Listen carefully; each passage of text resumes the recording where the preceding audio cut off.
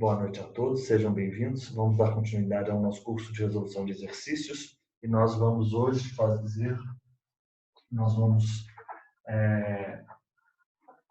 inaugurar, o nosso grupo de exercícios de constitucional pertinente ao processo legislativo. Então, nós temos a nossa 15ª aula constitucional e vamos enfrentar aí exercícios tanto da Consulplan quanto exercícios da Vunesp. E nós hoje enfrentaremos os exercícios do processo legislativo. Então, vou pedir aí para que vocês tenham em mãos a Constituição Federal e a partir do artigo 59. O que nós temos aqui no artigo 59? O processo legislativo, nós temos, na verdade, o artigo 59, ele inaugura a seção 8, que vai tratar do processo legislativo. Do processo legislativo. O artigo, seção 8ª seção.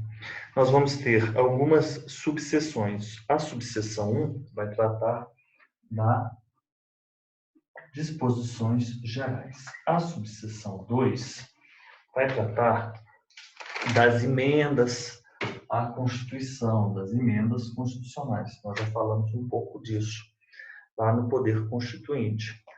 A sub 3, ela vai tratar das leis, as regras específicas às leis.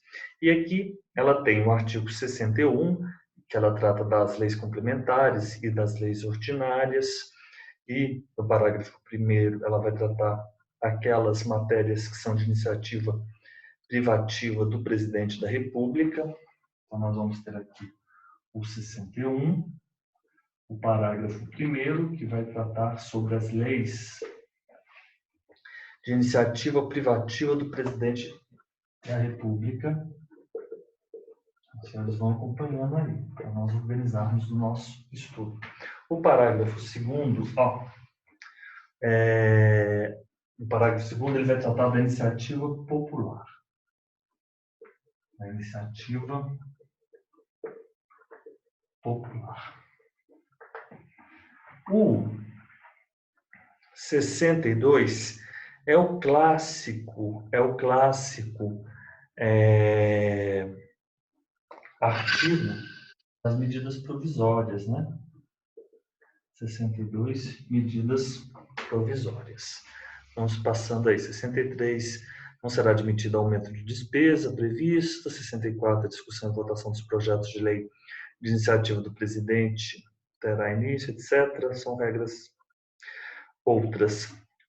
O projeto de lei aprovado por uma casa será revisto 65, 66, 67, 68, então aqui do 63 até o 69. Temos aí regras diversas. 63 ao 69. Então, essa aí é a nossa estrutura da nossa aula de hoje. Esse conteúdo é um conteúdo extremamente importante, como todo o direito constitucional que estamos a tratar. Vou tirar uma foto aqui para nós já irmos para os exercícios, E vamos aos poucos vencendo cada um.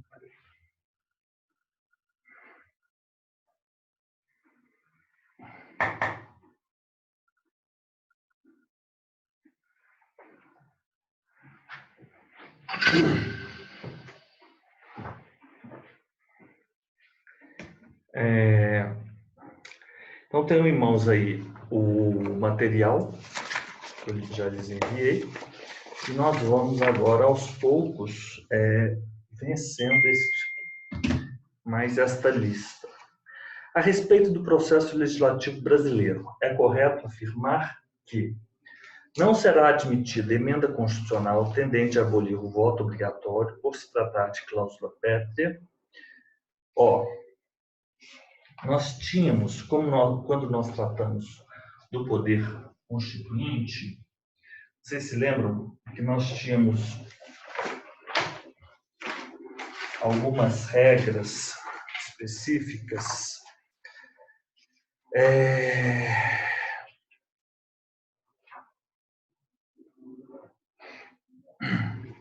Não era isso aqui. Partição de competências, composição, processo legislativo. Aqui, modificação e mutação. Quando nós tratamos lá do Poder Constituinte, nós falamos sobre as emendas constitucionais. E nós, no nosso estudo, os senhores têm esse quadro, nós tratamos que o Poder Constituinte derivado, esse Poder Constituinte derivado, ele pode ser um Poder Constituinte derivado reformador, se lembram disso, porque ele vai promover reformas. E quais seriam essas reformas? O poder que eles chamam de emenda, que é o reformador estrito sensu, poder de emenda, e o poder que está aqui previsto, né, que é o tema que estamos a tratar agora.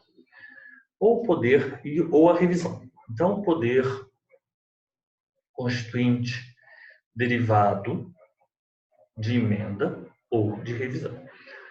E, ao lado, nós teríamos o poder constituinte derivado decorrente, que é aquele poder atribuído aos Estados-membros para editarem suas próprias constituições estaduais. Você lembra disso, Elisa? Não é? Professor, eu me lembro. Eu só queria que o senhor, por favor, repetisse. Então, o poder constituinte derivado, ele pode ser reformador ou revisor?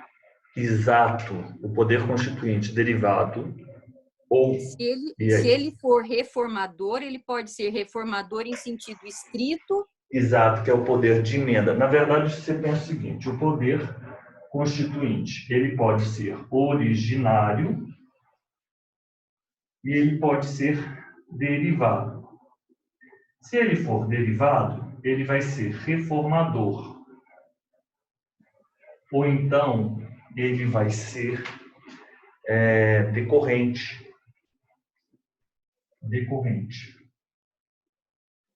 Este reformador, quais são as duas espécies que se enquadram nesse gênero?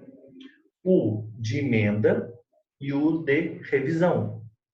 Então, o reformador vai ter o poder de emenda e o poder de revisão. Artigo 60 e artigo 3º. Professor, eu posso só pedir para o senhor entortar um pouquinho a câmera que está bem em cima da imagem? Tá, obrigada. Tá. Para a direita. Melhorou um pouco? Mas eu ainda não consigo ver tudo. Agora melhorou. Muito obrigada. Eu vou deixar assim para você ver, mas daqui a pouco eu volto. Ó, o poder constituinte, ele é originário ou ele é derivado. E se ele é derivado, ele pode ser reformador ou decorrente. O reformador é um, entre aspas, gênero. E nós temos um específico, é o reformador estrito sensu, que é o que eles chamam de emenda. Esse é o lato sensu, esse é o estrito sensu. E esse é o de revisão. Ficou claro? O sinônimo de emenda é o poder constituinte reformador estrito sensu. É isso que eu estou ali dizendo. Nós temos limitações a este poder constituinte. Se lembra? Quais que são limitações previstas aí na própria Constituição. E essas limitações, elas são de diversas ordens. Nós temos as limitações temporais. Poderíamos ter, nessa nós não temos. A de 1824 é que nós tínhamos uma limitação temporal. Ela não poderia ser modificada antes que se passassem 5 anos. As limitações temporais, a de 1824, seu artigo 174, depois, não era 5 anos, 4 anos do início de sua vigência, que ela poderia ser modificada. Quais seriam as circunstanciais? São aquelas limitações que impedem a reforma. Nós já vimos essas limitações circunstanciais. O estado de sítio é o 60, parágrafo 1º, é só ir seguindo. A intervenção federal e o estado de defesa. E as processuais ou formais? Nós temos a iniciativa, artigo 60, 1, 2 e 3, e ainda o parágrafo 2º, parágrafo 3º e o parágrafo 5º. São as processuais ou formais. As materiais são as cláusulas pétreas, esculpidas no artigo 60, parágrafo 4º. Essas materiais, que estão no 60, parágrafo 4º, elas são conhecidas também como expressas ou explícitas, porque há outras limitações implícitas ou tácitas que não estão aqui expressas ou explícitas no 60, parágrafo 4º. E quais seriam elas? As duas. A titularidade do poder constituinte originário e derivado e o próprio procedimento de modificação da Constituição. Então, não será admitida emenda constitucional. A partir do artigo 60, nós temos, então, a Constituição ela pode ser emendada mediante proposta de 1/3, no mínimo, dos membros da Câmara ou dos membros do Senado Federal, do Presidente da República, de mais da metade das assembleias legislativas das unidades da Federação, manifestando-se cada uma delas pela maioria relativa de seus membros. Parágrafo 1º. A Constituição ela não pode ser emendada na vigência de intervenção federal, de estado de defesa ou de estado de sítio. Isso é uma limitação circunstancial. A anterior é uma limitação processual ou formal. É muito importante que vocês saibam essas definições. A proposta ainda será discutida e votada em cada casa do Congresso Nacional em 2 turnos, considerando-se aprovado se obtiver em ambos 3/5 dos votos dos respectivos membros. A emenda à Constituição será promulgada pelas mesas da Câmara dos Deputados e do Senado Federal com o respectivo número de ordem. Não será objeto de deliberação a proposta de emenda tendente a abolir a FOFES, a Forma Federativa do Estado, votou em São Paulo, no DGI, se lembram do mnemônio? A Forma Federativa do Estado, o voto direto secreto, universal e periódico, a separação dos poderes, os direitos e garantias individuais. E, por fim, nós também temos a última limitação processual ou formal no parágrafo 5º. A matéria constante de proposta de emenda rejeitada ou havida por prejudicado não pode ser objeto de nova proposta na mesma sessão legislativa. Não será admitida emenda tendente a abolir o voto obrigatório? Nós temos aqui como cláusula pétrea o voto obrigatório? Não, nós temos o voto direto, secreto, universal e periódico. Então, é possível haver, sim, uma emenda constitucional que promova a abolição do voto obrigatório. O que não pode ocorrer é o voto, uma emenda que tenha por objeto, não será objeto de deliberação a proposta de emenda tendente a abolir o voto direto, secreto, periódico e universal. Então, essa letra A é equivocada. Em caso de relevância e urgência, o presidente pode editar MPs, ainda que sobre matéria já disciplinada em projeto de lei aprovado pelo Congresso Nacional, quando se verificar demora legislativa. Onde nós temos aqui as MPs? No 62. Então, vamos procurar aqui, eu já sei que é o parágrafo 1º. Vamos lá. Em caso de relevância e urgência, o presidente da República, é ele que tem essa autoridade, ele poderá, eu vou voltar aqui agora, Elisa, para centralizar o quadro.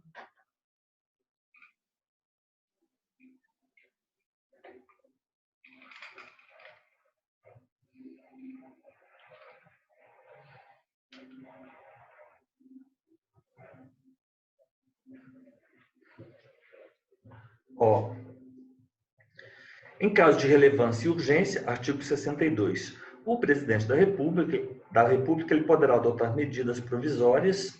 Essas medidas provisórias elas não são leis, elas são medidas provisórias, elas têm força de lei. Elas são atos administrativos? Não, eu não sei dizer se ela seria a natureza jurídica da medida provisória, mas elas teriam força de lei, mas,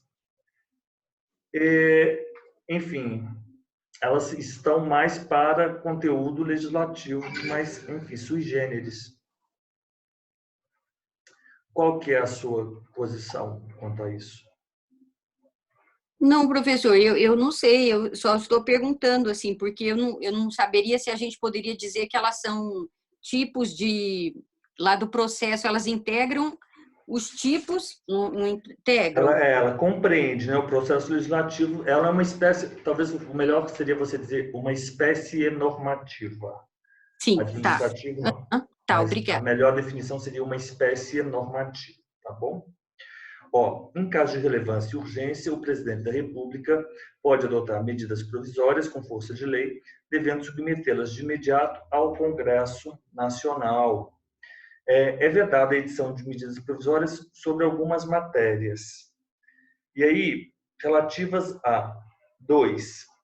Que visa a detenção ou sequestro de bens de poupança popular ou qualquer outro ativo financeiro, reservada à lei complementar, porque os senhores sabem que a lei complementar ela tem um quórum específico de deliberação e elas têm matérias específicas que devem ser tratadas, já disciplinada em projeto de lei aprovado pelo Congresso Nacional e pendente de sanção ou veto do presidente da República. É a letra B, 62, parágrafo 1º, inciso 4º. Então, não se pode editar uma medida provisória quando essa matéria já tiver sido disciplinada em projeto de lei, aprovado pelo Congresso Nacional e pendente de sanção ou veto do presidente da República. Letra C. São de iniciativa concorrente entre o presidente da República e membros do Congresso Nacional as leis que disponham sobre organização administrativa e judiciária. Isso é falso, isso é iniciativa privativa. O presidente da República tem a iniciativa de fixar, de propor, enfim, as leis que, no parágrafo 1º do artigo 61. Artigo 61. A iniciativa das leis complementares e ordinárias cabe a quem? Cabe a qualquer membro ou comissão da Câmara dos Deputados, do Senado Federal ou do Congresso Nacional, ao Presidente da República, ao STF, aos Tribunais Superiores, ao PGR e aos cidadãos, na forma e nos casos previstos nessa Constituição. Então é isso, a iniciativa das leis complementares e das leis ordinárias está definida aqui no artigo 61. O parágrafo 1º, ele vem já trazendo regras específicas para o presidente da República, que devem ser obedecidas, regras que devem ser obedecidas. São de iniciativa privativa do presidente da República as leis que são de iniciativa privativa do presidente da República as leis que 1. Fixem ou modifiquem os efetivos das Forças Armadas, disponham sobre aqui A, B, C,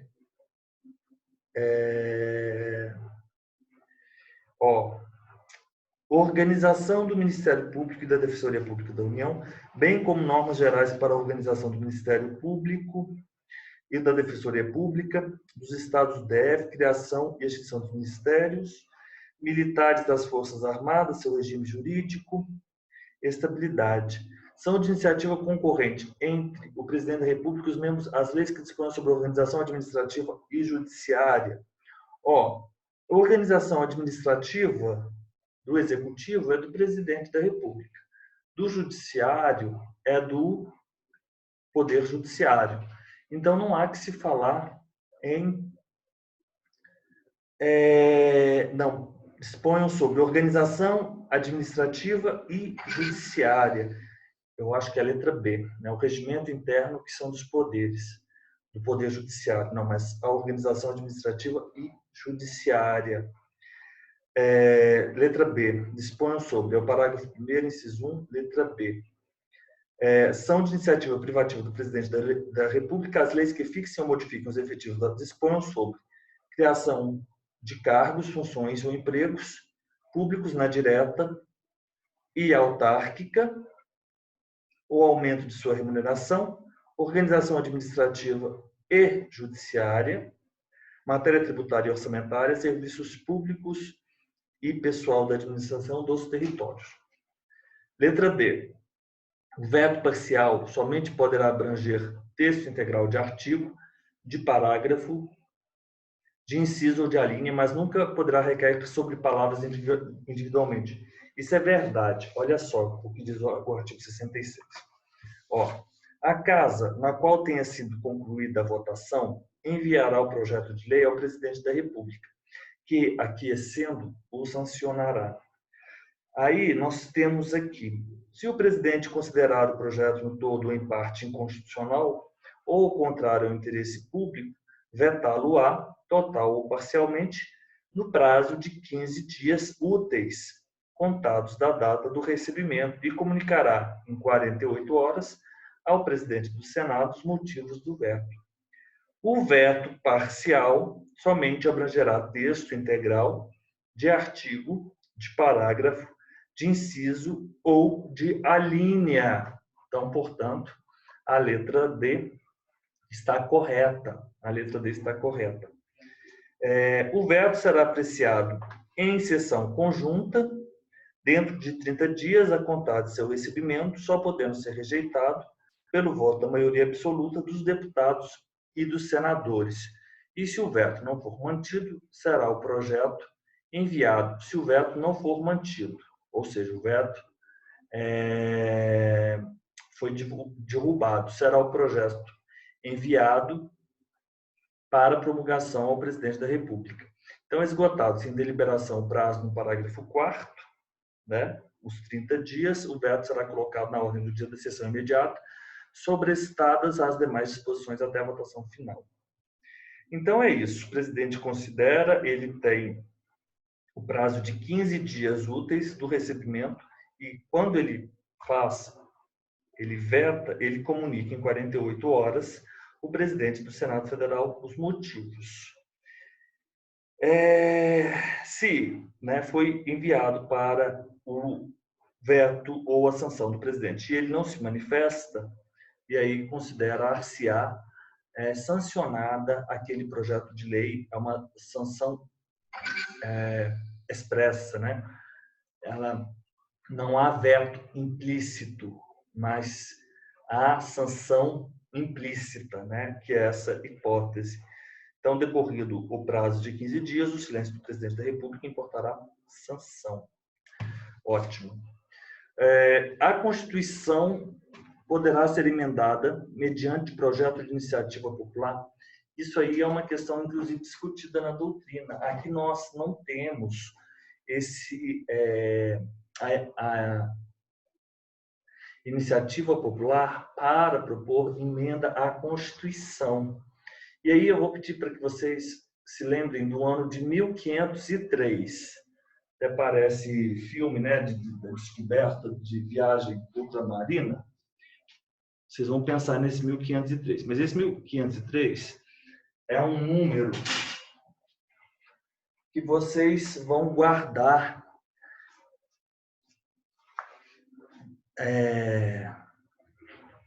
para memorizar os elementos do parágrafo 2º do artigo 61.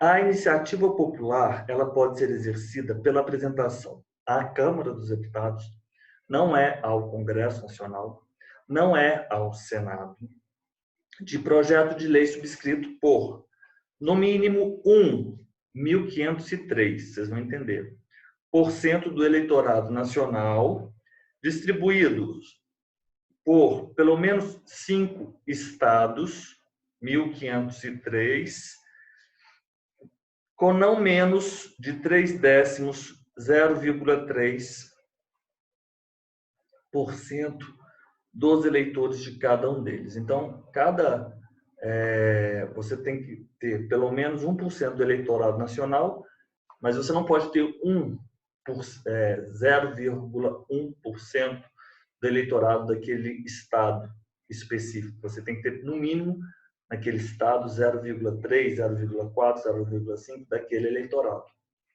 E aí sim, nós teremos o exercício aí da iniciativa popular. Não há que se falar em projeto de emenda com fundamento em iniciativa popular. Isso não. 2. Considere a seguinte, então, a resposta é a letra D. Considere a seguinte situação. Um deputado federal apresentou um projeto de lei modificando o efetivo das Forças Armadas. Após a devida tramitação perante as comissões da respectiva casa e sua aprovação, o projeto foi encaminhado ao Senado Federal, que confirmou a sua aprovação. O projeto de lei foi encaminhado ao presidente da República, que o sancionou imediatamente e, posteriormente, publicou-o no Diário Oficial. Nesse caso, a partir da previsão constitucional sobre o processo legislativo, a correta afirmar que a lei nós sabemos que a iniciativa das leis complementares e ordinárias, ela é tanto dos membros quanto de qualquer das comissões da Câmara, do Senado, do Congresso Nacional, ainda do presidente da República, do STF, tribunais superiores, e o PGR e cidadão. Mas o parágrafo 1º diz especificamente: são de iniciativa do presidente da República as leis que fixem ou modifiquem os efetivos das Forças Armadas. Então, esse deputado federal, ele não poderia ter, porque nós temos aqui um vício de iniciativa, correto? Ele não poderia. Mas o pulo do gato é a sanção. A questão gira em torno de, na hipótese de um projeto de lei ter sido apresentado, ferindo-se a iniciativa, com um vício de iniciativa, posterior sanção do presidente da República, que tem a iniciativa, que teria tido, ou que de fato tem a iniciativa para propor aquele projeto de lei, sanaria esse vício, e aí nós temos a manifestação do STF, a letra C, na ADI 2867, que diz o seguinte: ela é inconstitucional sob o prisma formal, por vício de iniciativa, uma vez que a competência para a iniciativa de projetos de lei, tratando sobre o tema apresentado, é exclusiva do presidente da República, de modo que a sanção posterior não convalida o vício indicado. STF, ADI 2867, STF. Fácil. Fácil. Essa é uma bem típica. Adiante. 3. Ao tratar sobre as espécies normativas do processo legislativo brasileiro, a Constituição expressamente consigna que, isso aí vocês vão ter que decorar mesmo, não tem como escapulir aqui das espécies normativas. Artigo 59. O processo legislativo compreende, mas isso não é difícil. Você vai pensar nas emendas à Constituição, depois, as leis complementares, ordinárias e leis delegadas, medidas provisórias e os decretos legislativos e as resoluções. Então, nós temos 3 tipos de lei: leis ordinárias, leis complementares, leis delegadas. Nós temos uma espécie normativa que é sui generis, que ela é expedida pelo chefe do executivo, né? Melhor dizendo dessa forma, que é a medida provisória, e nós temos os decretos legislativos e as resoluções. Esses instrumentos, eles vão esmiuçar aí as leis, né? vai trazer concretude às leis. Ao tratar sobre as espécies normativas do processo legislativo brasileiro, a Constituição expressamente consigna que as medidas provisórias de legitimidade do chefe do Poder Executivo, publicadas em caso de relevância e urgência, terão prazo de vigência de 30 dias, prorrogáveis por mais 30, e poderão versar, inclusive, sobre a nacionalidade. Vamos ver se isso é verdade? Fernanda, eu disse esses dias aí todos para Elisa, para vocês terem em mãos do Lumicolor e marcando aí os artigos, né, que nós já estivemos a tratar. Então, vamos lá. Ó, é vedada a edição de medidas provisórias, parágrafo 1º do artigo 62. Em caso de relevância e urgência, vamos começar no caput. O PR ele pode adotar medidas provisórias com força de lei, devendo submetê-las de imediato ao Congresso Nacional. Então, vamos lá marcar o 62, o caput.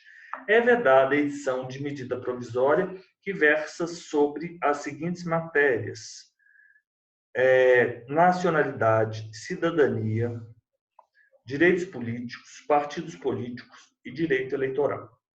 Direito penal, processual penal e processual civil.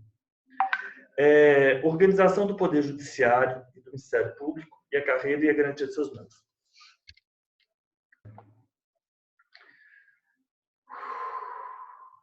Nós estamos tratando das medidas provisórias. As medidas provisórias, elas são uma das espécies normativas.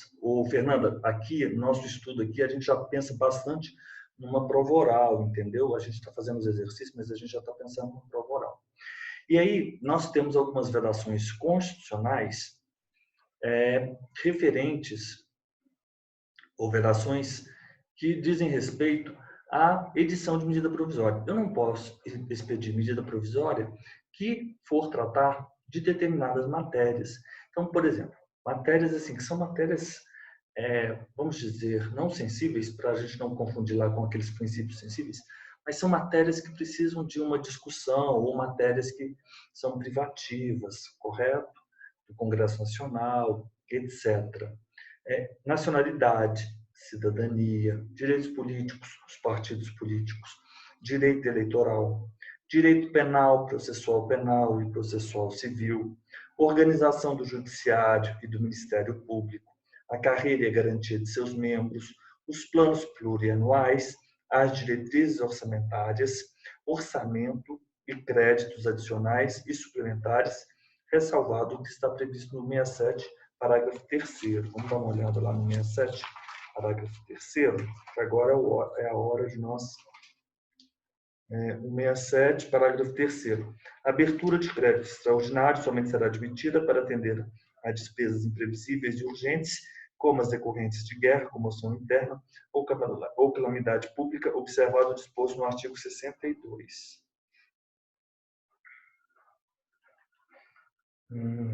Ótimo. Parágrafo 3º. Então, nós não vamos ter medida provisória com este conteúdo. Direito penal, processual penal, mas olha que interessante, ele não falou civil, né?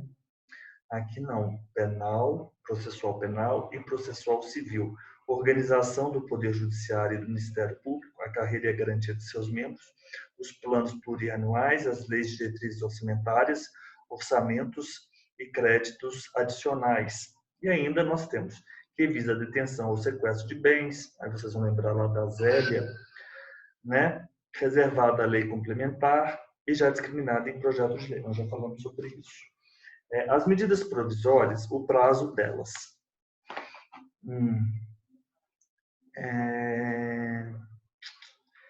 Aqui, nós temos que pensar o seguinte. As medidas provisórias, ressalvado o disposto no parágrafo 10º, 11 e 12, perderão eficácia desde a edição, se não forem convertidas em lei, no prazo de 60 dias, prorrogável nos termos do parágrafo 7º. Prorrogar-se-á uma única vez, por igual período, a vigência da medida provisória, que no prazo de 60 dias, contado sua publicação, não tiver a sua votação encerrada nas duas casas do Congresso Nacional. Então, o prazo é de 60 mais 60. Vocês têm que pensar assim, o prazo da medida provisória. São dois prazos, né?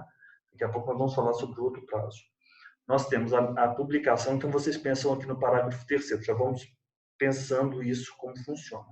As medidas provisórias, elas perdem a eficácia desde a edição, se não forem convertidas em lei no prazo de 60 dias. Então, foi editado uma medida provisória. Então, nós temos essa medida provisória valendo por 60 dias. E nesse prazo de 60 dias, ela deve ser convertida em lei. E esse prazo de 60 dias, ele é prorrogável, por isso que ele fala, nos termos no parágrafo 7º. O parágrafo 7º diz o seguinte: prorrogar-se uma única vez, por igual período, a vigência da medida provisória que, no prazo de 60 dias, contado de sua publicação, não tiver a sua votação encerrada nas duas casas no Congresso. Então, tem os 60 dias, vocês estão pensando, não foi encerrada, tudo bem, mas ela está no primeiro período. Ela não foi convertida em lei no prazo de 60 dias, então aí prorroga-se por mais 60 dias. Devendo o Congresso Nacional aí disciplinar, aí 60 mais 60, se ela não foi convertida em lei, cabe ao Congresso Nacional disciplinar por decreto legislativo as relações decorrentes dessas medidas provisórias. O prazo a que se refere o parágrafo 3º, qual o prazo? O prazo de vigência da MP, contar-se-á da publicação da MP, suspendendo-se durante os períodos de recesso do Congresso Nacional. Nós já vimos ontem que o período legislativo, nesse período legislativo, nós temos o período, entre aspas, de recesso e temos a sessão legislativa ordinária. E, então, a sessão legislativa ordinária com os dois períodos. Naqueles períodos que não estão abrangidos no ano legislativo pela sessão legislativa ordinária, né, Elisa? 2 de fevereiro a 17 de julho, 1º de agosto a 22 de dezembro, esses períodos são os períodos de recesso. Nesses períodos, né, esse prazo está suspenso. Então, vocês vão pensar o seguinte: qual que é o prazo da medida provisória? Vocês têm que fazer uma interpretação conjunta do parágrafo 3º com o parágrafo 7º. 60 mais 60. Ponto. Essa é a primeira informação. Vamos parar por aqui. Daqui a pouco a gente vai falar naquela questão do 45. Que é outra coisa, não tem a ver com esse 60 mais 60, né? Que é o parágrafo 6º. A gente já pode até falar sobre agora o parágrafo 4º. Eu tenho a medida provisória que vale por 60 dias. Se ela não for convertida em lei em 60 dias, ela ainda pode ser prorrogada por outro período de 60 dias. Tudo bem. Então, ela fica 60 dias, ao final de 60 dias, obrigatoriamente 120 dias, ela vai ser convertida em lei. Mas, se, nos termos do parágrafo 6º, se transcorrido, ela tem 60 dias para ser convertida em lei. Se transcorrido, ela não tiver sido apreciada em até 45 dias da publicação, aí aquela MP entra em regime de urgência subsequente em cada uma das casas do Congresso Nacional, ficando sobrestadas até que se ultime a votação todas as demais deliberações legislativas da casa em que estiver tramitando. Então, tem 60 dias. Mas chegou no 45, o sininho já toca. Se ela não for apreciada em até 45, o que ocorre? Aí entra em regime de urgência, subsequentemente em cada uma das casas do Congresso Nacional, ficando sobrestada até que se ultime a votação todas as demais deliberações legislativas da casa em que estiver tramitado. Então, ótimo. Então, a letra A está equivocada. B. São de iniciativa concorrente do Presidente da República e do Congresso Nacional as leis que fixem ou modifiquem os efetivos das Forças Armadas? Isso é falso, porque, olha só, essas leis são de iniciativa privativa do Presidente da República, nos termos do artigo 61, parágrafo 1º, inciso 1. São de iniciativa privativa do Presidente da República as leis que fixem ou modifiquem os efetivos das Forças Armadas. Ótimo. Letra C. A Constituição privativa. Então, vocês têm que ser bem assim, bem quadrados. Falou, disse privativa, não é concorrente, é privativo. A Constituição ela poderá ser emendada mediante iniciativa popular? Falso. Nós já vimos isso. Não há essa possibilidade. A Constituição ela pode ser emendada nessas hipóteses únicas do 60, inciso 1, 2 e 3. Um terço no mínimo dos membros da Câmara dos Deputados ou do Senado Federal, do Presidente da República, de mais a metade das Assembleias Legislativas das unidades da Federação, manifestando-se cada uma delas pela maioria relativa de mais da metade das Assembleias Legislativas das unidades da Federação, de mais da metade das assembleias legislativas das unidades da federação, manifestando-se cada uma delas pela maioria relativa de seus membros. Vocês observam a força do presidente para propor emenda constitucional, hein? Porque a iniciativa, hein, nos outros Professor, casos... então, essa iniciativa popular do parágrafo 2º do artigo 61, ela é relativa à A lei. lei. A lei. E não se confunde com a iniciativa popular do caput do artigo 60, inciso 3, é isso? Mas lá não é iniciativa popular, né? Aonde? Não tem iniciativa popular no artigo 60, Elisa. Tá, entendi. Eu achava que tivesse no parágrafo 5º. A matéria constante de proposta de emenda rejeitada ou vida prejudicada não pode ser objeto de nova proposta na mesma sessão legislativa. Não tem nada a ver, professor. Não sei por que eu achava que fosse no artigo 5º. Não tem nada. Mas aqui, isso aqui é outra coisa. Tá? Bem que o senhor falou que não tem iniciativa popular para emenda, né? Nunca, não. Porque a iniciativa popular, aqui eu estou falando de leis, ela pode ser exercida aí, vocês vão lembrar, né, pela apresentação à Câmara dos Deputados de projeto de lei 1503, 1% do eleitorado, distribuído por pelo menos 5 estados, com não menos de 0,3% dos eleitores de cada um deles. Ótimo. As medidas provisórias terão sua votação iniciada no Senado Federal? É falso, olha só. É na Câmara dos Deputados, onde nós temos aqui, parágrafo 8º. Olha só. As medidas provisórias, elas terão a sua votação iniciada na Câmara dos Deputados. Então, olha só. Nós temos aí que, em caso de relevância e urgência, o presidente ele pode adotar medidas provisórias e submetê-las de imediato ao Congresso Nacional, a qual casa a votação será iniciada na Câmara dos Deputados. Ele não pode editar medidas sobre essas matérias do inciso 1, 2, 3 e 4. Vou marcando aí. E aí depois nós temos ainda outras disposições pertinentes às medidas provisórias. Vamos falando aqui ao decorrer aí dos nossos exercícios. A discussão e votação de projetos de lei de iniciativa do Presidente da República, do STF e dos tribunais superiores terão início na Câmara dos Deputados. Isso é verdade, é a resposta.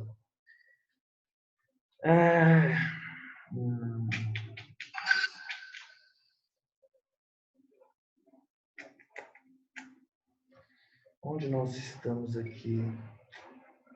Medida provisória. Essa é o artigo 64, caput. Tá. A discussão, exatamente, Elisa, obrigado. A discussão e votação dos projetos de lei de iniciativa do Presidente da República, do STF e dos tribunais superiores terão início na Câmara dos Deputados. O presidente poderá solicitar urgência para apreciação de projetos de sua iniciativa. Então é isso, discussão e votação dos projetos de lei de iniciativa de Presidente da República, STF e tribunais superiores terão início na Câmara dos Deputados. 3, letras E. 4.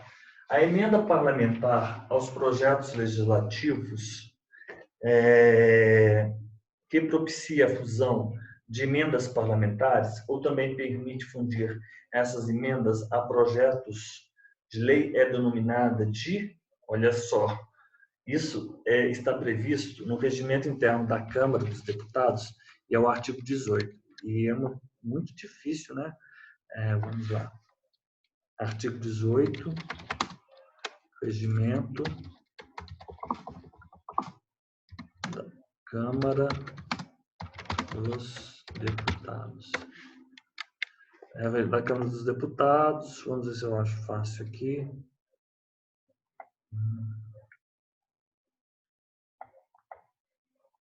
Artigo 118.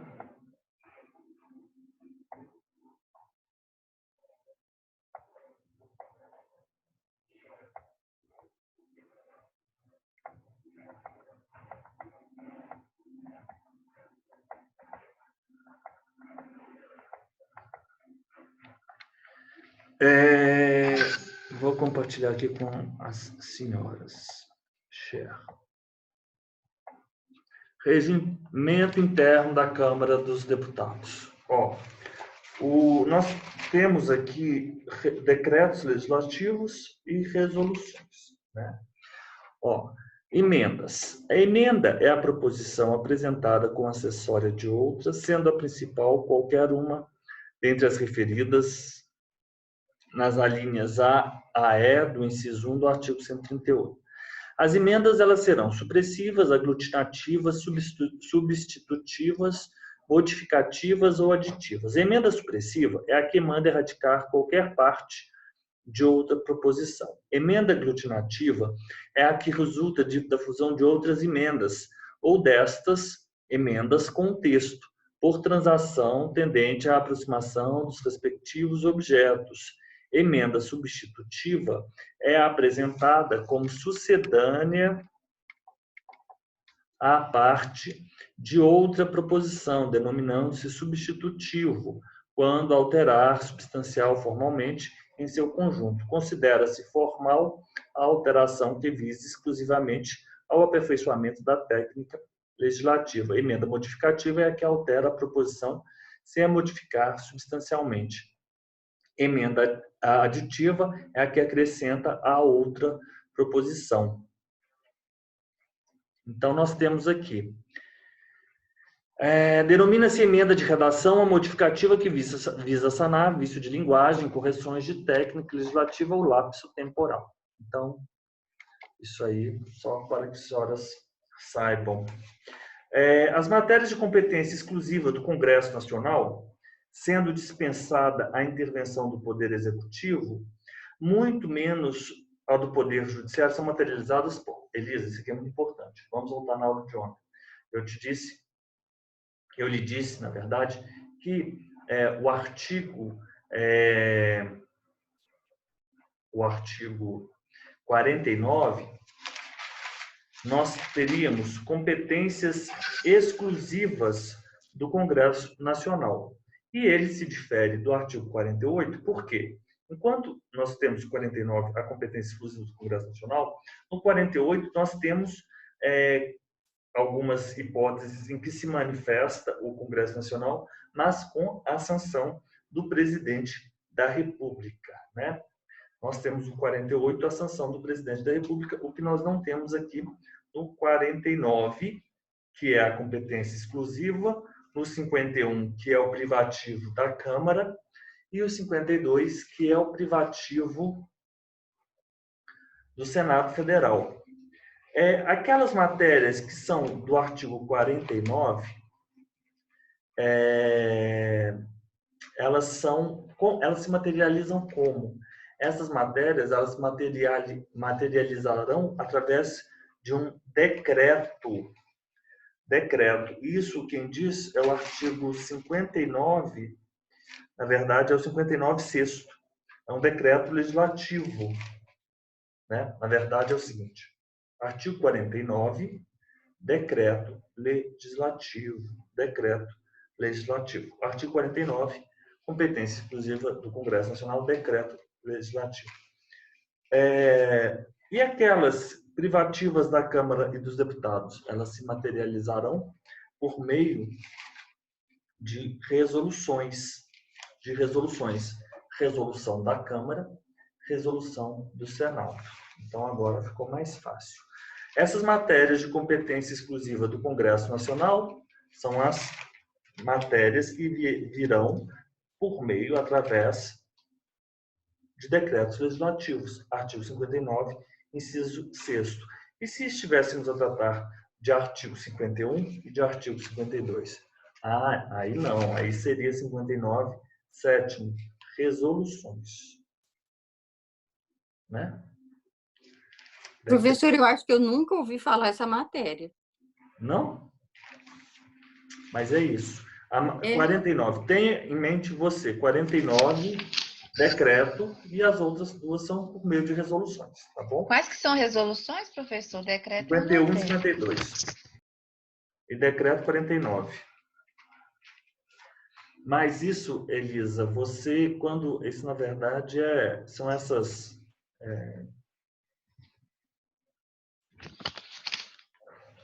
Isso aí é da praxe legislativa das casas, entendeu?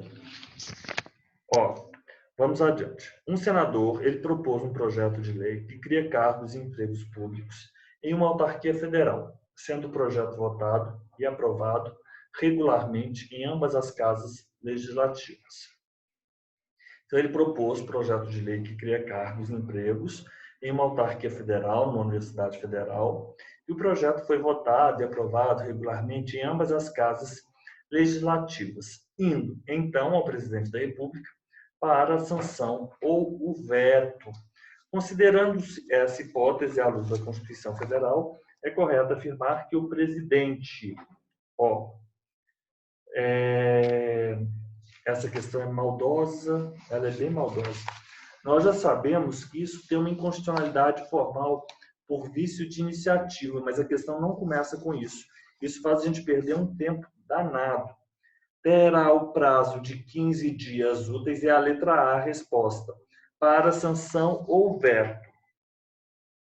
Porque nós falamos aqui...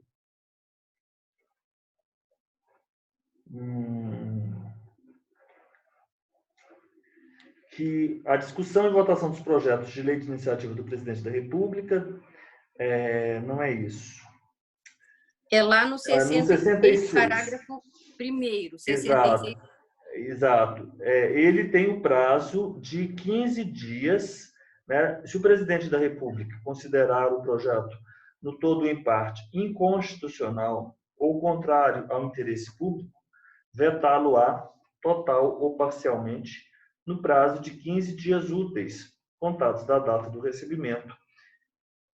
Então, ele tem esse prazo de 15 dias úteis. Ele terá o prazo de 15 dias úteis para sanção ou veto, contados do recebimento do projeto, mas ainda que concorde com seu conteúdo, deverá vetar o projeto de lei por inconstitucionalidade formal e sabendo que a sanção pelo presidente não tem o condão de fazer sanar o vício da iniciativa.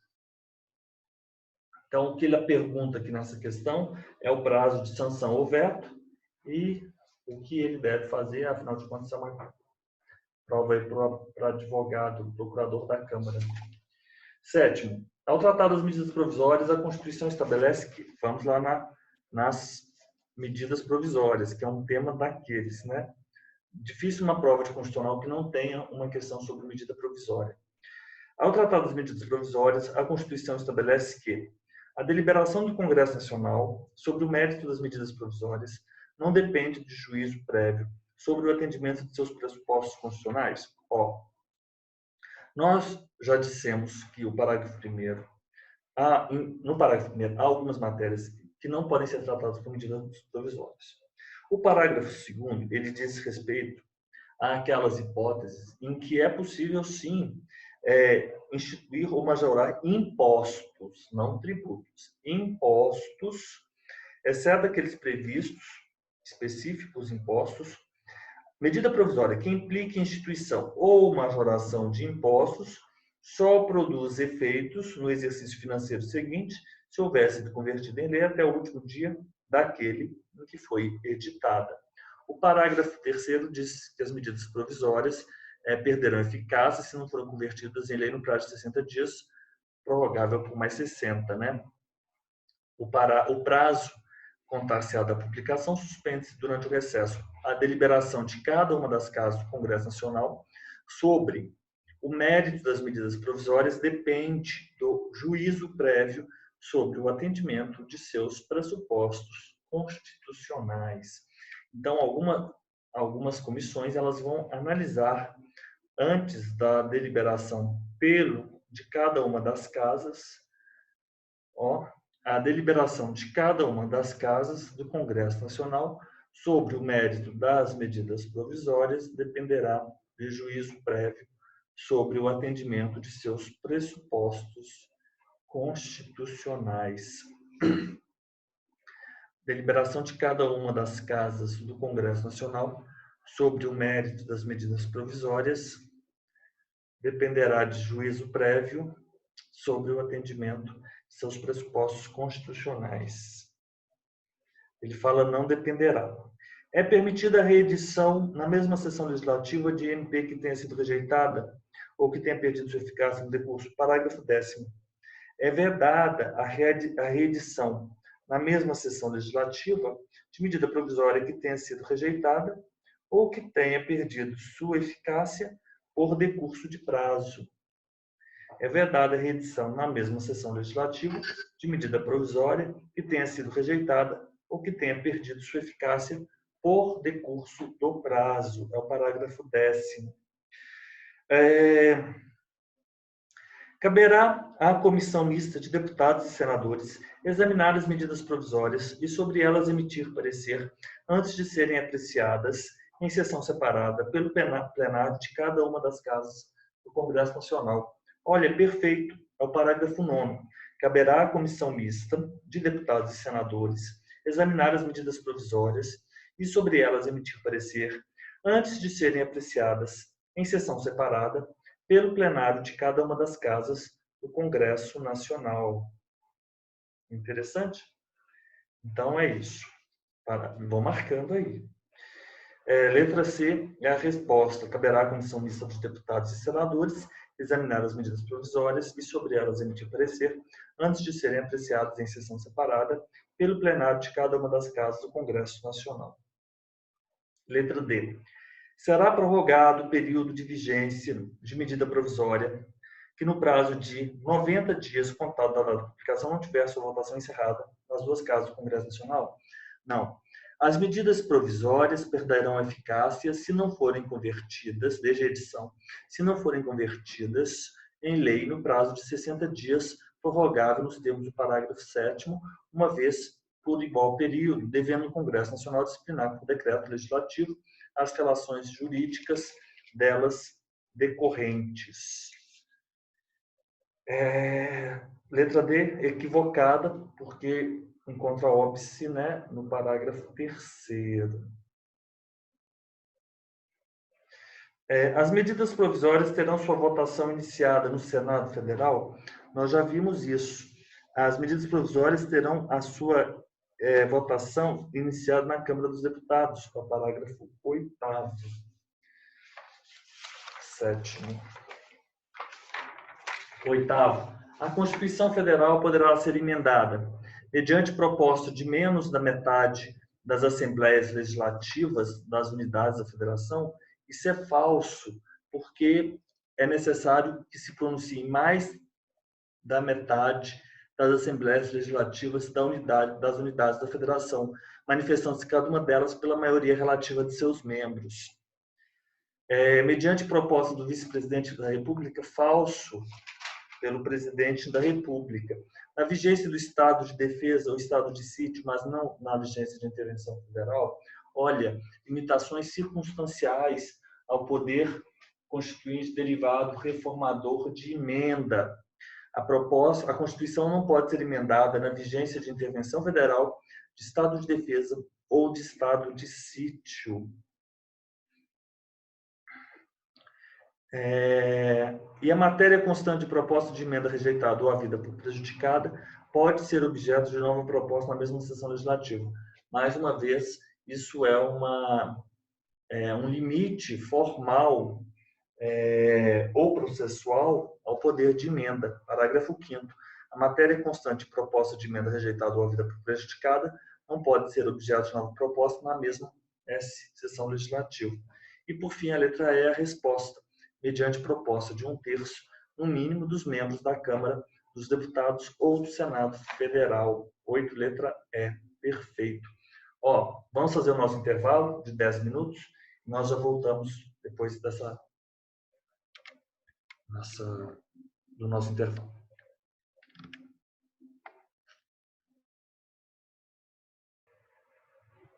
Voltamos, dando continuidade aos nossos exercícios.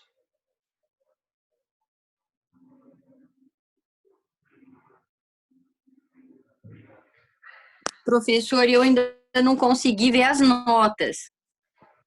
As notas? É. Para a gravação do aqui. Rio Grande. Gravando, continuamos aqui com a questão 8. A Constituição Federal ser emendada só naquelas circunstâncias. 9. Assinar a alternativa correta a respeito do veto presidencial. As questões pertinentes ao veto estão previstas aqui no artigo 66. Então, eu peço que vocês tenham em mãos aí a caneta, o lumicolor, e vamos aqui passando aqui as discussões a respeito do veto. A casa na qual tenha sido concluída a votação enviará o projeto de lei ao presidente da República, que, aquecendo, o sancionará. Artigo 66.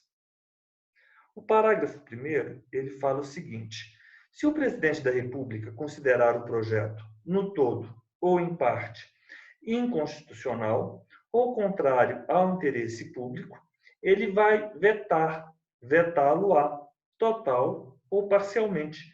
Em qual prazo? No prazo de 15 dias úteis, contados do recebimento, e comunicará em 48 horas ao presidente do Senado Federal os motivos, as razões do veto. Ok. O veto parcial somente abrangerá texto integral de artigo, de parágrafo, de inciso ou de alínea. Parágrafo 3º.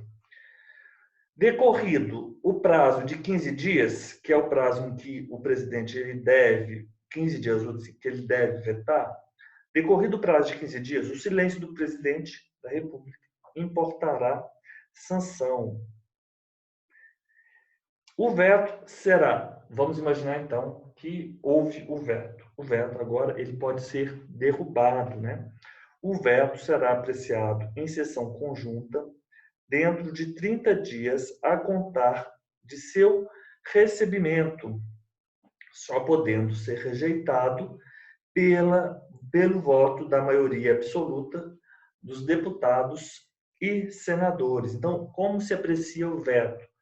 Ele será apreciado em sessão conjunta, em 30 dias do recebimento, e só pode ser rejeitado pelo voto da maioria absoluta dos deputados e dos senadores. Parágrafo 5º.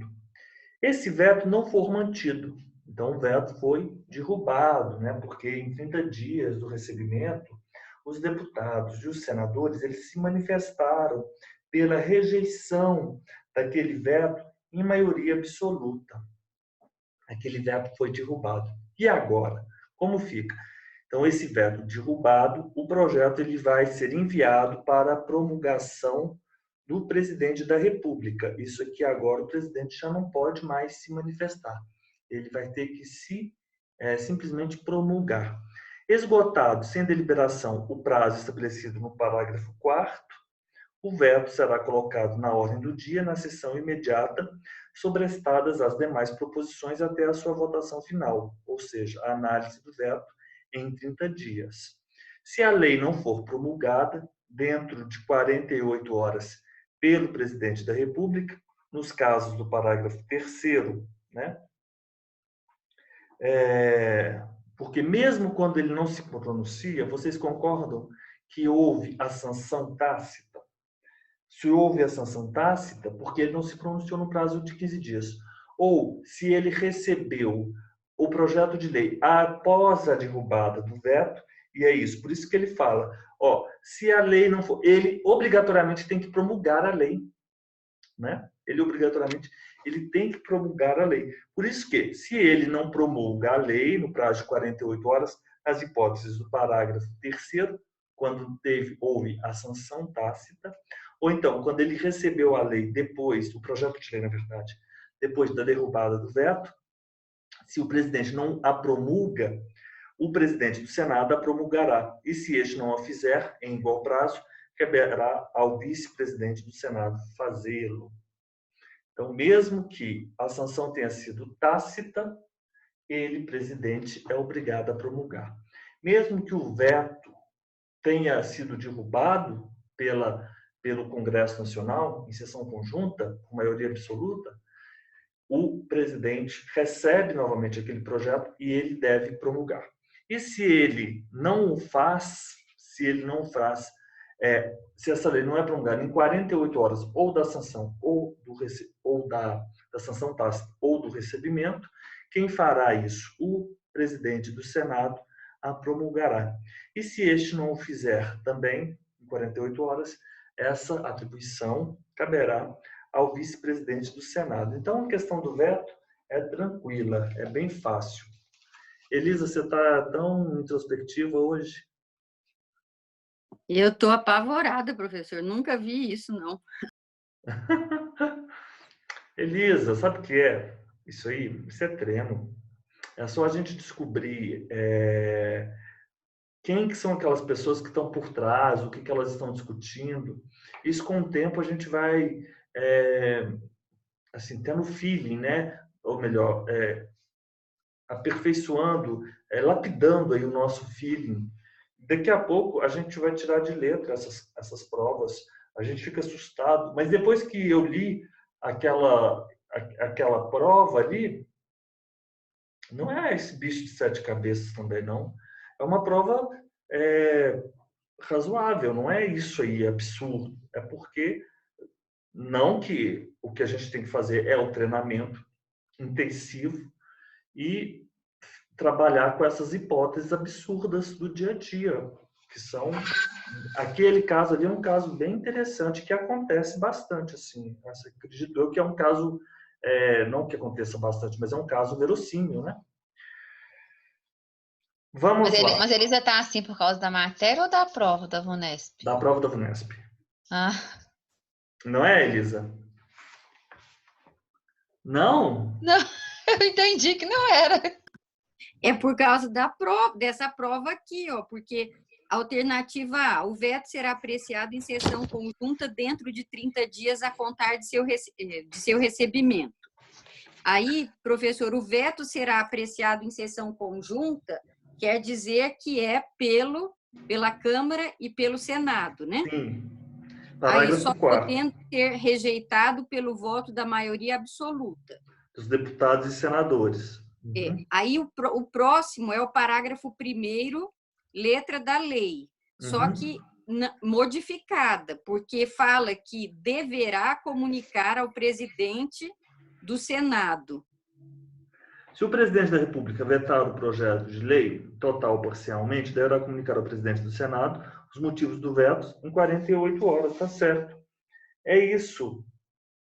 Ele tem 15 dias para vetar ou não. E assim, contados da data do recebimento, e comunicará dentro de 48 horas ao presidente os motivos do veto. Certo, letra B. 66, parágrafo 1º, correto. Mas eu acho, tudo bem, eu colocaria essa daqui, mas eu acho questionável, professor, porque deverá comunicar, lá só diz que vai comunicar, mas não que deverá. Ele fala e comunicará. Então, não é um dever. Uhum. É verdade.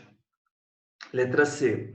O veto parcial que foi efetivado pelo presidente da República impede que todo projeto de lei venha a ser promulgado e publicado até que o veto seja eventualmente derrubado pelo Congresso Nacional. Isso não é verdade. Nessa hipótese, não. Se o veto tiver sido parcial, impede que todo projeto de lei, o veto parcial efetivado pelo presidente da República, impede que todo projeto de lei venha a ser promulgado e publicado até que o veto seja eventualmente derrubado pelo Congresso Nacional. Então, quando há o veto parcial, a princípio, então, pode haver a promulgação, porque o veto não foi derrubado, eles podem concordar com a análise, né? A Câmara e o Senado analisando aquele veto pode não derrubar aquele veto, então aquele veto ele é mantido e a lei ela volta a ser, ela é promulgada logo em seguida. Acredito eu, né? Mas essa letra C eu também tenho dúvidas a respeito dela. Mas eu faço uma análise a contrário senso, né? É que eu não achei a fundamentação, professor. Exatamente isso. Por isso que, como a resposta é a letra B, eu estou fazendo essa análise. Deixa eu dar uma olhada aqui se eu acho alguma coisa a respeito dessa questão. Essa questão 9 lá do Rio Grande do Sul. Vamos ver a fundamentação aqui.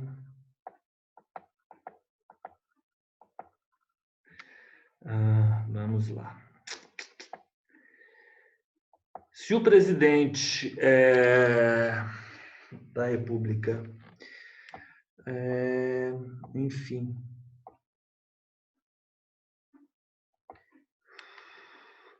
o Pedro Lenza tem uma manifestação seguinte, no seguinte sentido. Na hipótese de veto parcial, haverá análise pelo Congresso Nacional apenas da parte vetada, né? Foi vetado parcialmente. Se foi veto parcialmente, quer dizer que o presidente da República, ele não vetou a outra parte. Se ele não vetou a outra parte, ele promulga a outra parte que não foi vetada. O que significa? Na hipótese de veto parcial, haverá análise pelo Congresso Nacional apenas da parte vetada, o que significa que a parte que não foi vetada será promulgada e publicada, pode entrar em vigor em momento anterior à referida parte vetada, porque o veto pode vir a ser derrubado, né? Isso diz o Pedro Lenza no livro dele, Direito Constitucional Esquematizado. Mas é uma análise doutrinária, né? D. O presidente da República tem um prazo de 30 dias contados do seu recebimento para vetar total ou parcialmente o projeto de lei que lhe foi encaminhado para sanção. Isso é falso. O presidente da República considerar o projeto todo em parte constitucional ou contrário ao interesse público, vetá-lo-á total ou parcialmente no prazo de 15 dias úteis. 15 dias úteis. Isso é falso. 15 dias úteis. Se o veto do presidente da República não for mantido, será o respectivo projeto enviado para promulgação pelo presidente do Congresso Nacional? Não. Parágrafo 5º. Se o veto não for mantido, será o projeto enviado para promulgação ao presidente da República. 9. Portanto, é a questão B. Questão 10. Assinale a alternativa que corresponda à literalidade do texto constitucional a respeito das medidas provisórias. Então, é literalidade, então tudo bem. É vedada a edição de medida provisória a respeito da organização do Poder Judiciário, mas permite-se, caso se trate da organização interna do Ministério Público Federal, cuja estrutura está vinculada à administração pública. Isso é falso. Por quê?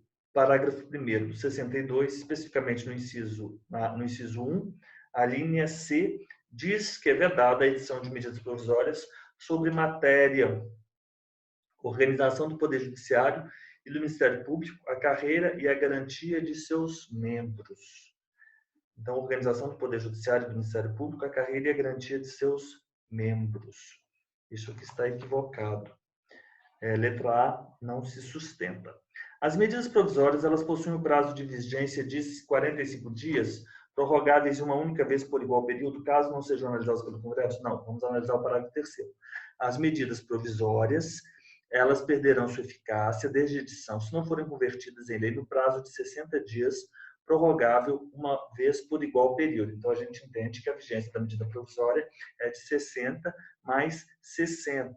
Então, nós temos o parágrafo 3º, que nós vamos ler com o parágrafo 7º. Então, vamos marcar aí o parágrafo 7º. Prorrogar-se-á uma única vez por igual período a vigência de medida provisória que, no prazo de 60 dias, contado de sua publicação, não tiver a sua votação encerrada nas duas casas do Congresso Nacional. Então, é isso. Então, é 60 mais 60. Letra B, equivocada. Letra C. A deliberação de cada uma das casas do Congresso Nacional sobre o mérito das medidas provisórias dependerá de juízo prévio sobre o atendimento de seus pressupostos constitucionais. Olha, já vimos isso. A deliberação de cada uma das casas do Congresso Nacional sobre o mérito das medidas provisórias dependerá de juízo prévio sobre o atendimento de seus pressupostos constitucionais. Isso é verdade. Então, correto, a letra C, correto. As medidas provisórias terão a sua votação iniciada no Senado Federal. Nós já vimos que é na Câmara, onde estamos no parágrafo 8. As medidas provisórias terão sua votação iniciada na Câmara dos Deputados. Vão marcando aí. Se a medida provisória não for apreciada em 30 dias da publicação, entrará em regime de urgência. Isso é falso. Parágrafo 6º. Se a medida provisória não for apreciada em até 45 dias, contados de sua publicação, entrará em regime de urgência, subsequentemente, em cada uma das casas do Congresso Nacional, ficando sobrestadas até que se ultime a votação todas as demais deliberações legislativas da casa em que estiver tramitando. Então, vocês marcam aí o parágrafo 6º, bem claro. Ótimo. 10, letra C. 11. No processo legislativo federal, segundo a Constituição da República, a matéria reservada à lei complementar. Agora, vamos tratar a matéria relativa à lei complementar. Nós sabemos, nos termos do artigo 69, que as leis complementares elas serão aprovadas por maioria absoluta, né? A lei ordinária por maioria simples. E a lei complementar deve ser aprovada por maioria de 3/5? Não, falso. As leis complementares serão aprovadas por maioria absoluta. 11, letra A, equivocada. B, não admite emendas parlamentares? Não, isso é falso. Por quê? O projeto de lei aprovado, vamos aqui ver o 65. Ele fala tanto da lei ordinária quanto da lei complementar. O projeto de lei aprovado por uma casa, ele foi aprovado pela Câmara dos Deputados. Ele será revisto pela outra, em um só turno de discussão e votação, e enviado à sanção ou promulgação, se a casa revisora o aprovar, ou arquivado, se o rejeitar. Sendo o projeto emendado, ele volta à casa iniciadora. Então, vamos imaginar o seguinte: o projeto de lei ele é apresentado na Câmara dos Deputados, e ele foi aprovado na Câmara dos Deputados, e agora ele será revisto pelo Senado. Então, ele foi revisto pelo Senado. E essa revisão ocorre em um só turno de discussão e votação. Essa revisão, por quê? Porque nessa revisão houve a aprovação desse projeto de lei. Então, você vai pensar o seguinte: vamos votar esse projeto de lei na Câmara dos Deputados. Agora, esse projeto de lei vai passar por uma revisão no Senado Federal. E, sim, com essa revisão, todo o texto dele também foi aprovado. Vamos imaginar dessa forma: o projeto de lei aprovado por uma casa foi revisto pela outra em um só turno. Então, só teve uma reunião, um só turno, uma discussão, e aí sim ele foi aprovado. Ele foi aprovado em um só turno, em uma só discussão, e agora? Então, essa casa vai enviar a sanção presidencial e a promulgação. Tudo bem, ótimo, isso diz o artigo 65. Mas vamos imaginar que tenha sido, que nesse único turno de discussão e de votação, tenha havido uma emenda. Isso pode ser, inclusive, uma lei complementar. Se houve, então, essa emenda, o que ocorre? O projeto vai voltar lá para a Câmara dos Deputados. Então, é isso, o projeto emendado, ele volta à casa iniciadora. Então, vamos imaginar que no Senado, nessa esfera em que há um só turno de discussão e votação, ele não foi aprovado, ele foi reprovado. Ele não foi nem emendado, ele foi reprovado. Se ele tivesse sido aprovado, ele vai para sanção e promulgação. Mas não, ele foi reprovado. E agora, como fica? Se a casa revisora o reprovar, se o rejeitar, ele vai ser arquivado. Então, é dessa forma que nós vamos ler o artigo 65, que é muito simples. É muito simples. Não tem segredo, é bem fácil essas regras. Câmara dos Deputados faz a análise do projeto, o projeto de lei vai para o Senado. No Senado, esse projeto de lei vai ser analisado em um só turno de discussão e votação. Ele pode ter 2 destinos. Vamos imaginar 3 destinos, na verdade. O primeiro destino, o Senado vai dizer, bate o martelo, estou de acordo com todas as disposições desse projeto de lei.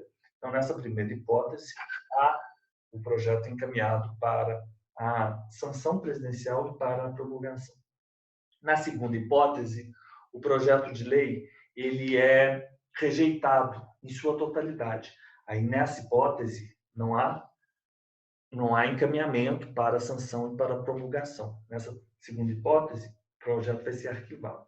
Mas vamos imaginar que o Senado acredite ou ache por bem incluir alguma emenda ou fazer alguma colocação naquele projeto de lei. Nesta hipótese específica, o projeto volta para a Câmara dos Deputados. Então, é dessa forma que nós vamos pensar, né, o processo legislativo. Não admite emendas parlamentares? Falso, porque o parágrafo único diz, sendo o projeto emendado, ele voltará à casa iniciadora. Não será objeto de delegação. Isso, isso é verdade. Vamos ver aqui. 68. As leis delegadas, elas são aquelas que são elaboradas pelo presidente da República. Você tem que ir no 68 para saber como serão feitas, como é o processo, as disposições pertinentes às leis delegadas. As leis delegadas serão elaboradas pelo presidente da República. E esse presidente da República irá elaborar as leis delegadas mediante uma solicitação dessa delegação ao Congresso Nacional. Então, ele solicita que o Congresso Nacional delegue a ele a edição, né? Por isso, nós temos a lei delegada. Não serão objeto de delegação os atos de competência exclusiva do Congresso Nacional.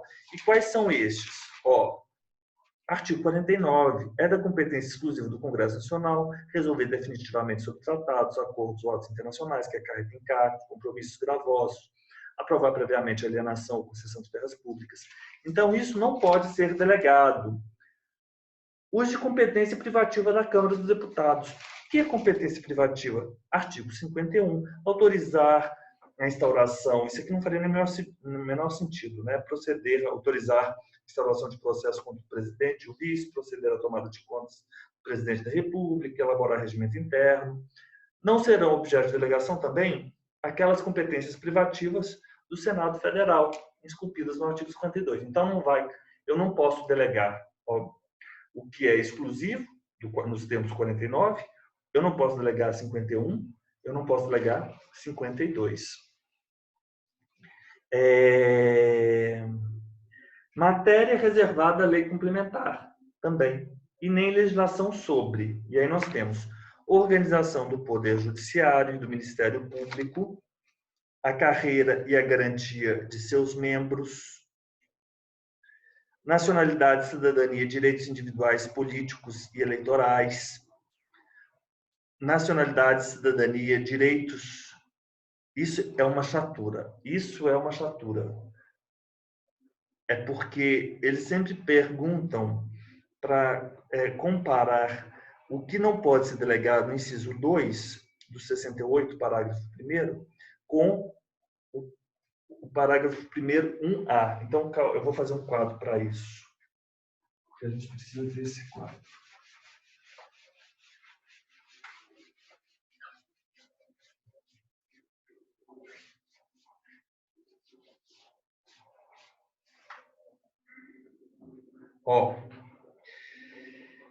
Eu não posso ter MP, é vedada a edição de MP a respeito de, então vamos colocar aqui, nacionalidade.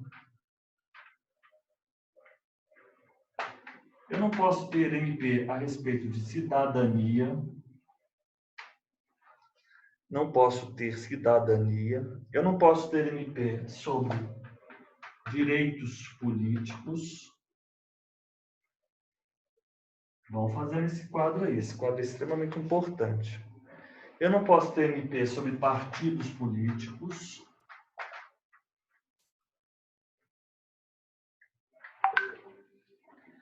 Eu não posso ter MP sobre direito eleitoral. Então, essas aqui são as matérias que não podem ser veiculadas com MP, medidas provisórias. 62, parágrafo 1º. Então, vamos colocar aqui 62, parágrafo 1º.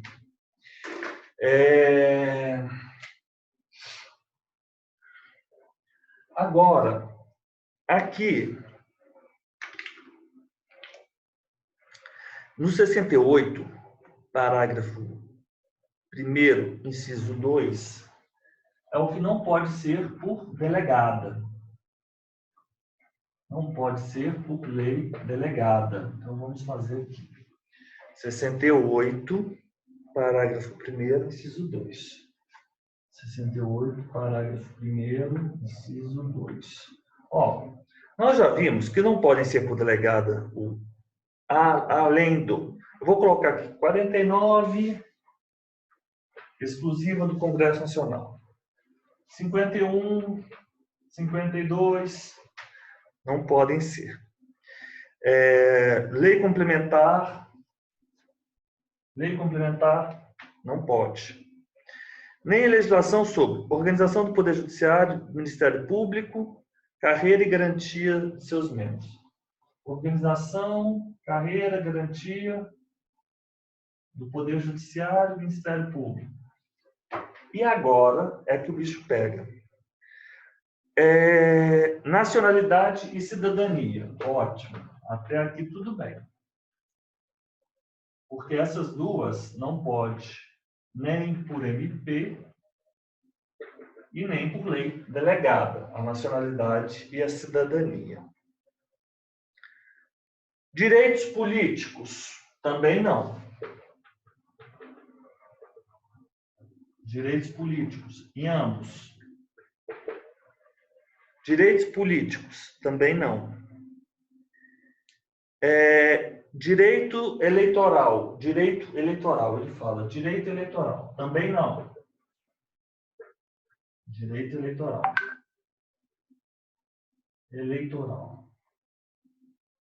Aí agora vem, ele fala, direitos individuais. E é aqui que nós temos a diferença. Direitos individuais. E é óbvio, né, que eles vão perguntar assim: você pode editar uma medida provisória a respeito de direitos individuais? Você pode, porque não é vedação. Você não pode tratar sobre partidos políticos. Você entendeu, Fernanda? Agora, você pode emitir uma lei delegada sobre direitos individuais? Você não pode. Mas e sobre partidos políticos? Você pode. Porque partido político é uma MP que não pode tratar, mas uma lei delegada pode tratar de partido político. Então, e é óbvio, né, que quando nós temos uma questão que vai falar sobre lei delegada, eles vão pedir o quê? Exatamente isso. Eles vão dizer o seguinte, ó, lei delegada, ela pode tratar de partidos políticos? Pode. Partidos políticos. Porque direitos políticos é diferente de partidos políticos. Tanto é que, se você for lá na parte inicial dos direitos e garantias fundamentais, do título 2, vai aí para vocês observarem. Vocês vão ver que o capítulo 4 ele vai tratar dos direitos políticos, enquanto o capítulo 5 vai tratar dos partidos políticos. Então, eu vou até colocar aqui, capítulo 4, aqui é o capítulo 4. Aqui também, capítulo 4. Você não pode tratar de direitos políticos nem por MP, nem por delegado. Mas aí partidos políticos mudam. Eu nem sei como é que a gente guardaria esse quadro. Eu acho esse quadro. Como eu lembro, lei delegada, ó, não pode ser nacionalidade, cidadania, direitos políticos, nenhum deles direito eleitoral. Mas lei delegada não pode ser. Então eu vou dizer, lei delegada não pode tratar de direitos individuais, mas pode tratar de partidos políticos. E MP não pode tratar de partidos políticos, mas pode tratar de direitos individuais. É assim mesmo. É assim.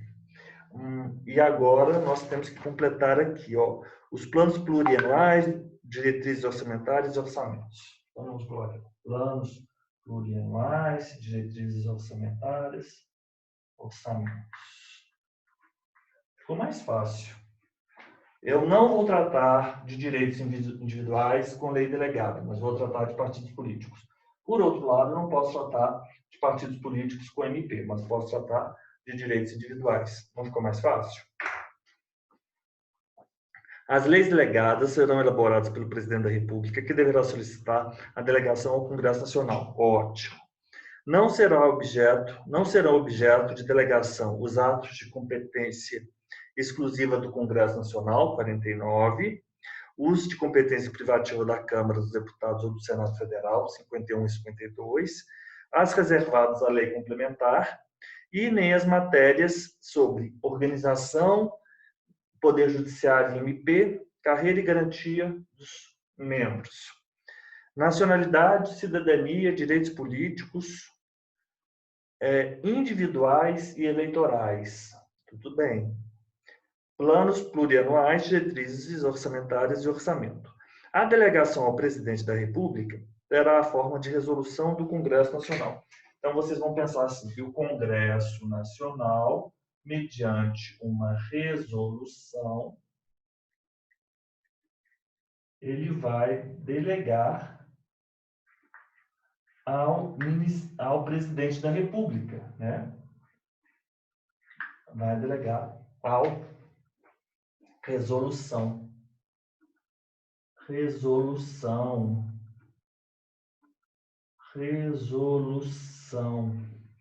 Ele vai delegar ao presidente da República. A delegação ao presidente da República terá a forma de resolução do Congresso Nacional, que especificará seu conteúdo e os termos de seu exercício.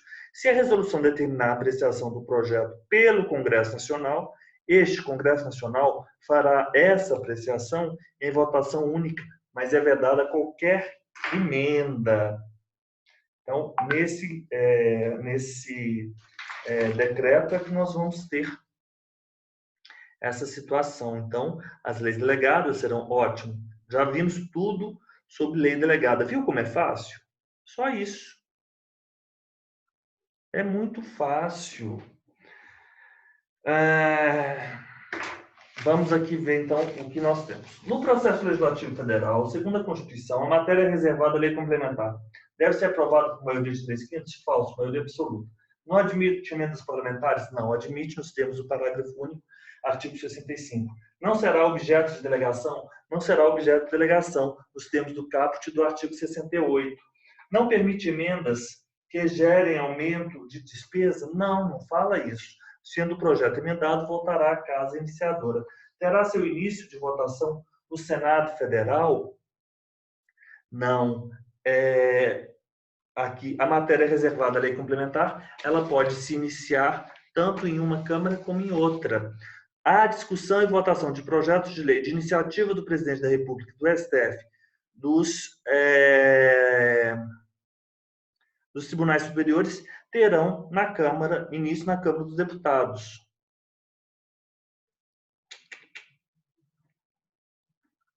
A matéria constante de projeto de lei rejeitada somente poderá constituir objeto de novo projeto na mesma sessão legislativa, mediante proposta da maioria absoluta. Não é isso. Então, não se sustenta essa letra E. Também não. Vamos lá para a questão 12. Tirou foto 4, professor? Vou tirar.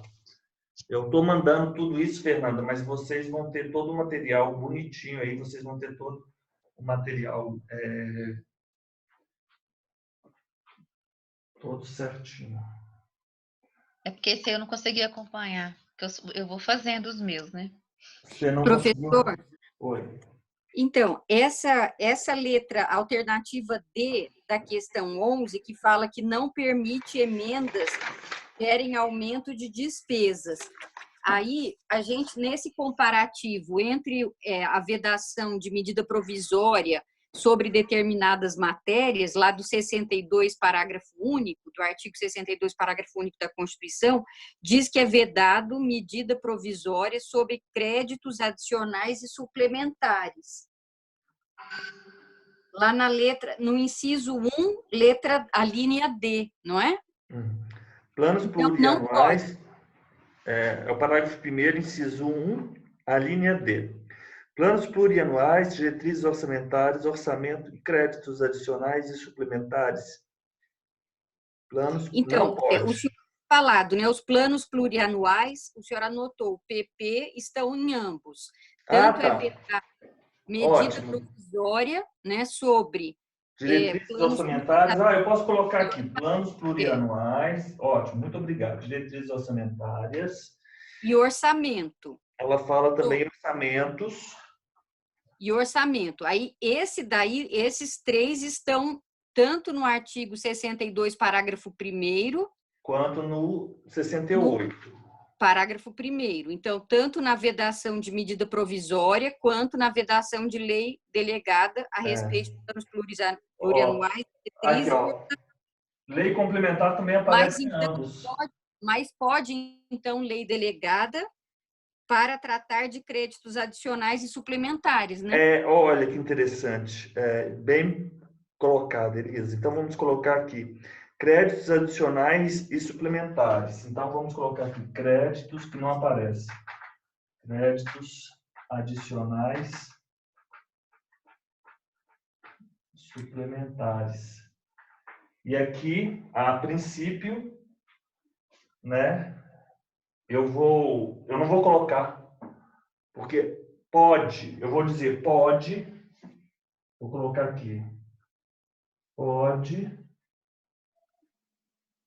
créditos adicionais suplementares.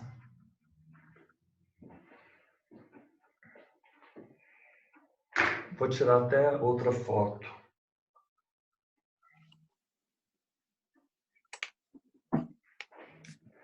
Bem colocado, Elisa, perfeito.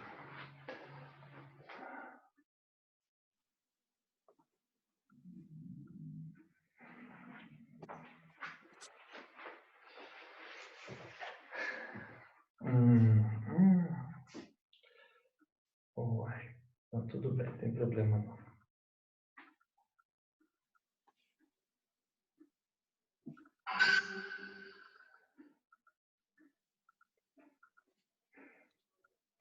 Professor? Oi. Então, pode haver medida provisória sobre direitos individuais. Pode. E pode haver, a contrário senso, lei delegada sobre partidos políticos e sobre créditos adicionais e suplementares. Exatamente. Tá, obrigada.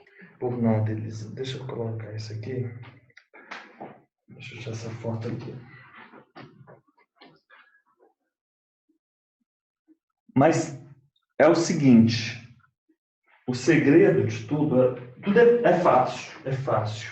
Porque a gente sabe que... É porque aqui também, o nosso estudo, assim, vocês já são doutoras. Por exemplo, todo mundo sabe que lei complementar é absoluta. Isso aí todo mundo já sabe.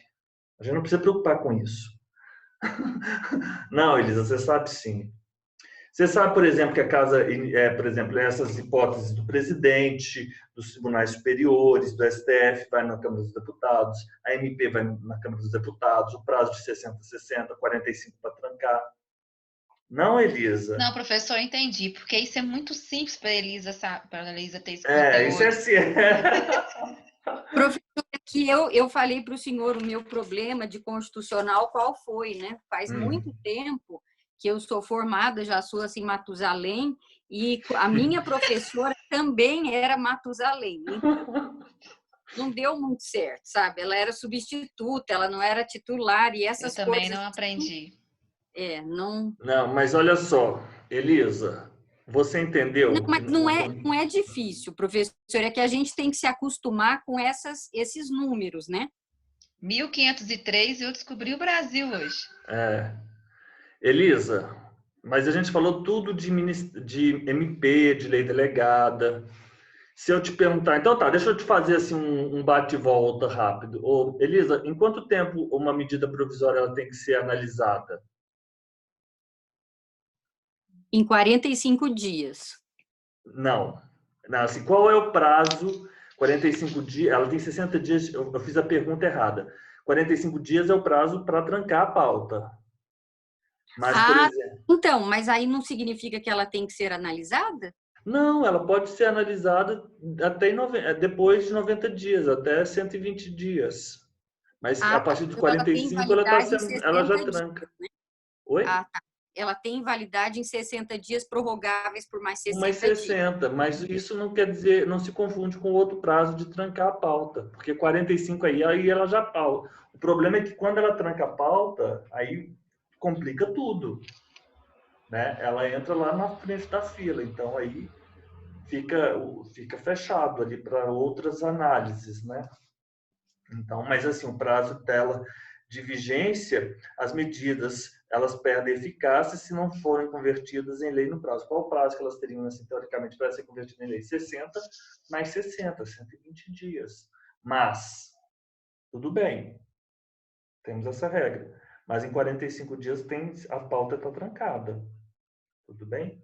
A lei delegada também é muito fácil. Ó, algumas coisas, alguns temas, alguns conteúdos não podem ser objeto de uma resolução atribuindo do Congresso Nacional, que o Congresso Nacional atribui ao presidente da República, é, vamos dizer assim, a competência, né? A delegação, né? Atribui a delegação ao presidente da República. Mas quais que ele não pode? Não pode haver essa atribuição ao presidente da República. Ó, quando estivermos tratando de nacionalidade, quando estivermos tratando de cidadania, quando estivermos tratando de direitos políticos, direitos individuais, direito eleitoral, e aí PPDO, orçamentos, né? Planos plurianuais, diretrizes orçamentárias. Então, essas matérias elas não podem ser delegadas por uma resolução do Congresso Nacional ao presidente da República. Mas, por exemplo, questões pertinentes ao partido político, encontra aqui? Não, não se encontra. Então, teoricamente, poderia haver uma resolução do Congresso Nacional atribuindo ao presidente da República a delegação para que ele, por meio de uma lei delegada, ele elabore pontos específicos pertinentes aos partidos políticos. Né? Agora, a medida provisória. Lei complementar não pode ser objeto. Por exemplo, se eu tenho que ter uma maioria absoluta, como vai ser a MP? Nacionalidade, cidadania, direitos políticos também não. Partidos políticos não vai, não há, não se cabe, não se pode dizer a respeito dos partidos políticos. Agora, eu posso ter uma medida provisória que vai tratar sobre direitos individuais? Posso. Não está aqui na vedação. Direito eleitoral não posso. E também essas outras. E aí, como você bem falou, os créditos adicionais suplementares, eles não podem ser tratados por MP, mas eles podem ser tratados por uma lei delegada. Ótimo, né? Professor, mas eu não entendo assim, por que o Congresso vai delegar ao presidente da República essa atribuição? Se ele que é o legislativo. É uma questão política, Elisa. Isso Porque aí teria. eu não lembro de uma lei delegada. Isso aí eu não saberia te responder, Elisa. Tem que Não, saber mas assim, perguntar. o senhor lembra, professor, de algum exemplo assim, esse caso foi de lei delegada? Deixa eu jogar aqui e ver se eu descubro algum exemplo de lei delegada e hipóteses em que o. Hipóteses de lei delegada. Hipóteses de lei delegada no ordenamento jurídico brasileiro.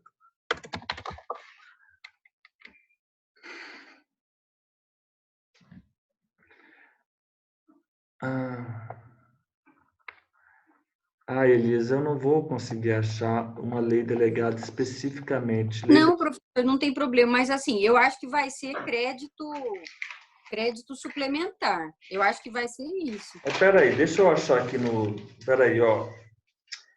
Enunciados, E é uma convenções, delegação típica que a doutrina fala, isso do 68. decretos, leis, instruções normativas. Eu estou vendo aqui. Leis complementares, medidas provisórias, decretos, códigos, enunciados, decretos, leis, instruções normativas, leis complementares, normas implementadoras, portarias, provimentos, resoluções.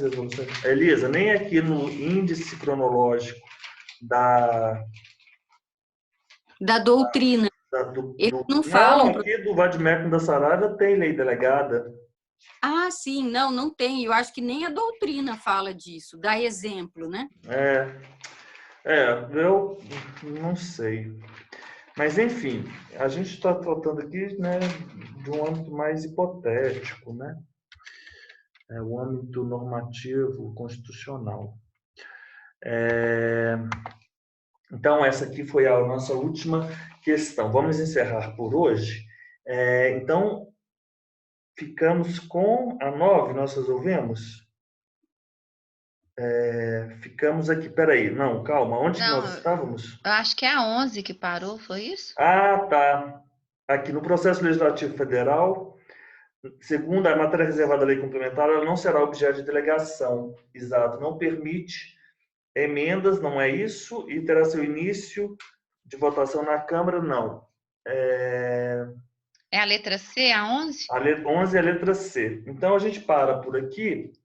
E aqui, ó, nós já vamos encerrando a nossa matéria. Porque se vocês observarem, é muito fácil. A gente precisa de poucas perguntas para a gente poder vencer esses temas. A fiscalização COFOP, a gente já viu quase tudo, entendeu? A fiscalização COFOP, a gente já viu quase tudo. Amanhã, na nossa aula, nós vamos resolver atribuições de presidente, responsabilidade do presidente e dos ministros. Que barulho é esse? Ah, não, é eu aqui na sacola, desculpa, professor. Tá brincando. Tá parecendo aquele instrumento de chamar a chuva, não parece? Por isso que eu pensei assim, quem que tá mexendo nesse instrumento? Eu Foi achei, mal, eu achei foi o, mal. o que o meu pai recebeu lá da Amazônia, amanhã eu vou trazer aqui. Tá lá dentro do armário, eu separei, vou te mostrar. Professor, mas não chama mais chuva, não, Não, pelo pois é, por isso que eu tô pensando nisso, né?